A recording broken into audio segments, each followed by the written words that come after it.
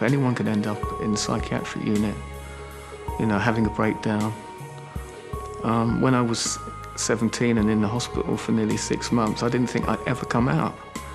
It was almost like a prison sentence. There's almost sometimes on occasion a brutality in the treatment, in that people are put down because they have a mental illness, and faith, the two aren't seen as being compatible. He wants to see you meet you in your situation. He understands your situation and he wants you to live in his presence.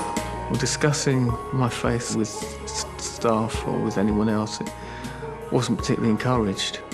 In a way, I thought that, you know, it was a question of, it was just avoiding the issue, avoiding me, part of me. And there's this old thing about the psychiatrist being God, so there's not room for two gods in treatment. There are no pictures of me as a child at all. And so I suppose I became interested in why other people took photos. I like photography. I suppose it's tied up with my faith.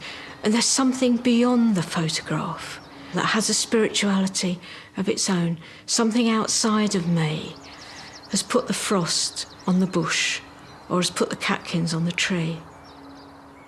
Faith became part of my life when I was about 12, when the school that I was attending did Murder in the Cathedral as their school play. I'd never really seen the communion before. And when the girl that was playing Thomas à Becket held up the wafer and was doing this body and blood bit, it absolutely screamed at me. It screamed to something inside me. All honour and glory be yours, O loving Father, forever and ever. The vast majority of my life hinges on my faith. That doesn't make me a goody-goody, because I can cuss and swear and, you know, drive up someone's backside if they've annoyed me or whatever. But it's my framework, it's part of me.